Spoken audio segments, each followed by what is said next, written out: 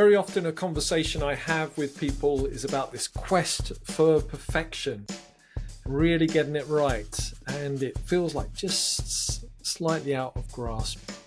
This comes up in coaching conversations, socially around the after dinner leadership table.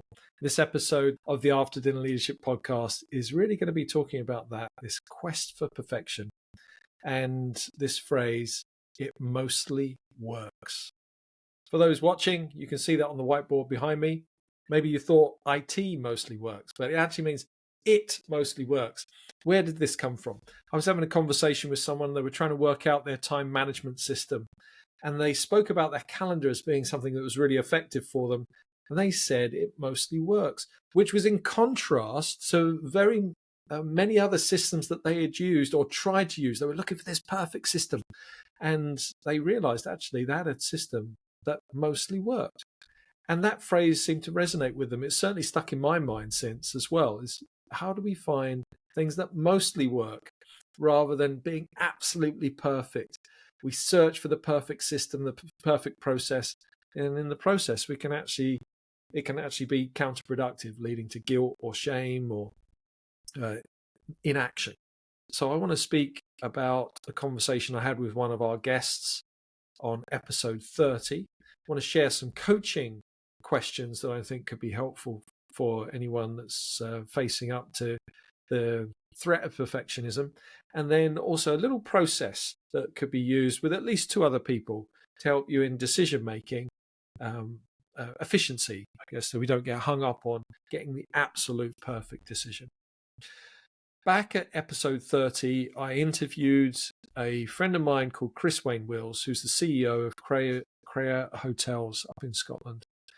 And he has a infinite purpose to relentlessly pursue creating the perfect hotel company. But what does that mean? As we explored this, and we're going to listen to a clip about from our conversation in a few minutes. But as we explored this, I realized that actually he had this sense of reality about what that was. So he had this vision, this goal that he's aiming for, but also realized it was a pursuit of excellence, probably not perfectionism. And he used a mountain analogy of having a base camp, and he had some leadership lessons that he'd learned around the importance of bringing the team with you. And then he talked about the summit. So it's a nice kind of mountaineering point. And he talked about the summit being a focus that you would have had as a younger leader. Right, let's charge to the goal, first up, let's go.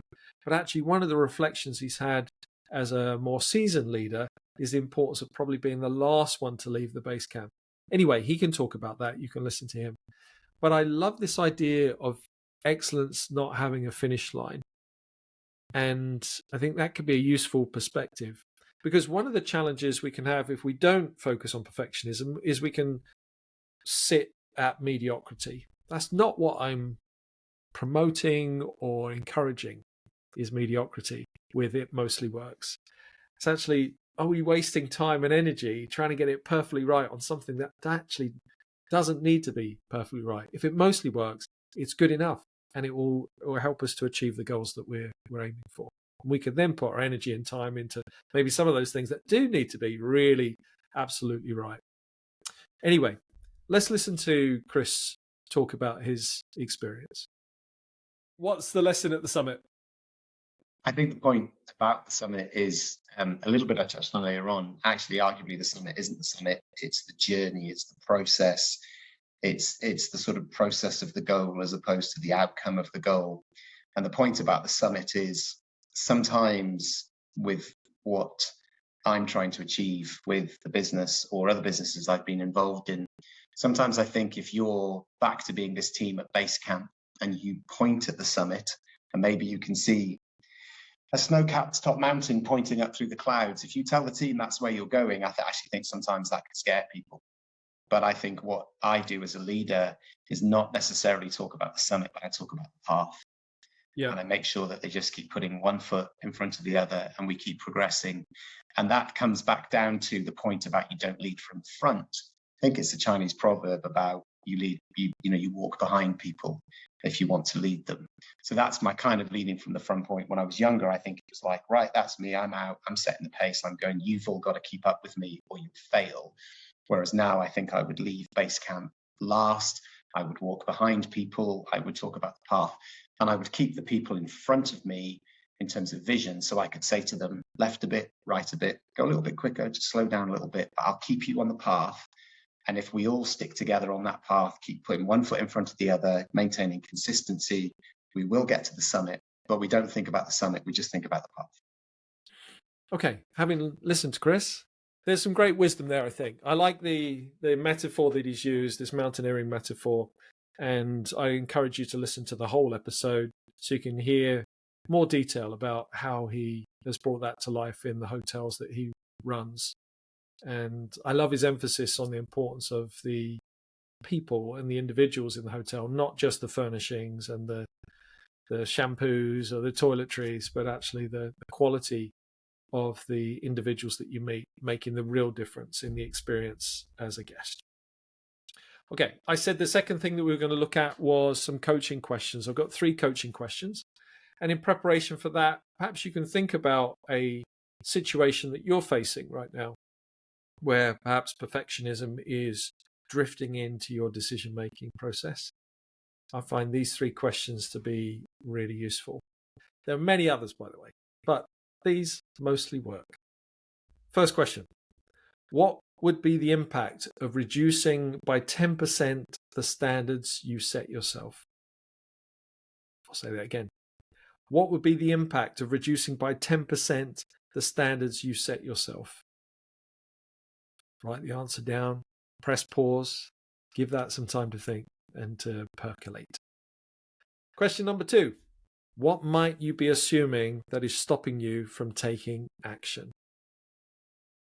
All emphasis from Nancy Klein there.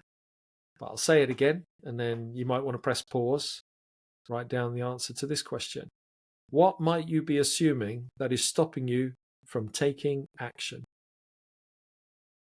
And question number 3. Imagine you're at the end of your life, looking back on what you've achieved. Create that image. What did you learn from the things that you did not do perfectly? There's a question. In fact, you could even play that out over the course of a week or a month. Look back over the last month, the things that you've achieved. What did you learn from the things that you did not do perfectly? There you go. 3 coaching questions that might help you in your pursuit of excellence, but avoiding perfectionism. They mostly work. All right, the third area, a little process for you. This is a facilitation device that I use and really enjoy using with groups. You could use it with 2 other colleagues at least, okay? But you could do it on a larger scale if you wish, but just 2 more people. So getting the 2 different brains in the room.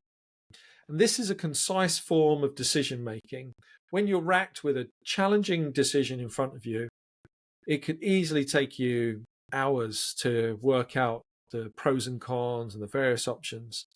This methodology is a great way to quickly be able to share what the core challenges are and to get other people's perspectives about what they might do facing the same problem. What advice would they give? And it's ring-fenced in a lovely 10-minute framework that could be really helpful. So it's a very quick way of getting some other perspectives on your challenge, on your issue, or even an opportunity. And it mostly works. So the scenario is this. You sit down, preferably if you're face to face, if you're with the in person, you sit facing each other, so all 3 people facing each other, and you nominate the person who's got the challenge. Let's say it's you. So you're taking it to these 2 people to get their insight and their advice, and you have a stopwatch on your phone, for instance, and you put a timer for 4 minutes first of all. And in that 4 minutes, the person in the thinking seat, their job is to share what the challenge is, maybe some things that they've already tried. And the other 2 people, the only questions they can ask are clarifying questions. So they can explore, what have you done already? What's worked before? Tell me a little bit more about that relationship. why you think it's not working. So they're really digging down and trying to understand it, because their job in a minute is about to give advice to the person in the thinking seat. So they're really trying to understand. No solutions at this time. They're not giving any advice at this stage. The only questions they're asking are to make sure that they understand and they get real clarity around what's going on for the person in the thinking seat. We then have 1 minute of beautiful silence. No one speaks. In that 1 minute, the person in the thinking seat, having spoken out loud, may write down some of the thoughts they have for how they could solve the problem. The two people that are sitting with them are writing down their advice. So you've got this 1 minute, they're not talking, just writing. Beautiful silence. After that minute, we then have another 4 minutes where the two people are able to give their advice to the person in the thinking seat. Now, one nice little touch that can work really well is the person in the thinking seat turns their chair around and puts their back to the other two people in the triad. It feels weird in the first instance, but it's a really powerful way to take out the body language and actually for the two people who are giving advice just to talk to each other behind the person's back about how they would solve it. And it is a really nice way to get some really good conversation going. If you do this online, so on Teams, you can just turn the person's camera off and the two people who are in the advice seats will just talk to each other with the other person off the camera. After that 4 minutes, again, you'd need to set a timer. But after that 4 minutes, there's again 1 more minute where the person in the thinking seat shares a key summary of the way forward. It is not a summary of everything that has been said. In fact, they don't have to take any advice from the two people that have been talking. Inevitably, they will want to, but they don't have to. They can just say, right, now I've done that. This is my next step. This is the way forward. Thank you for your insight. Now, this is what I'm going to do.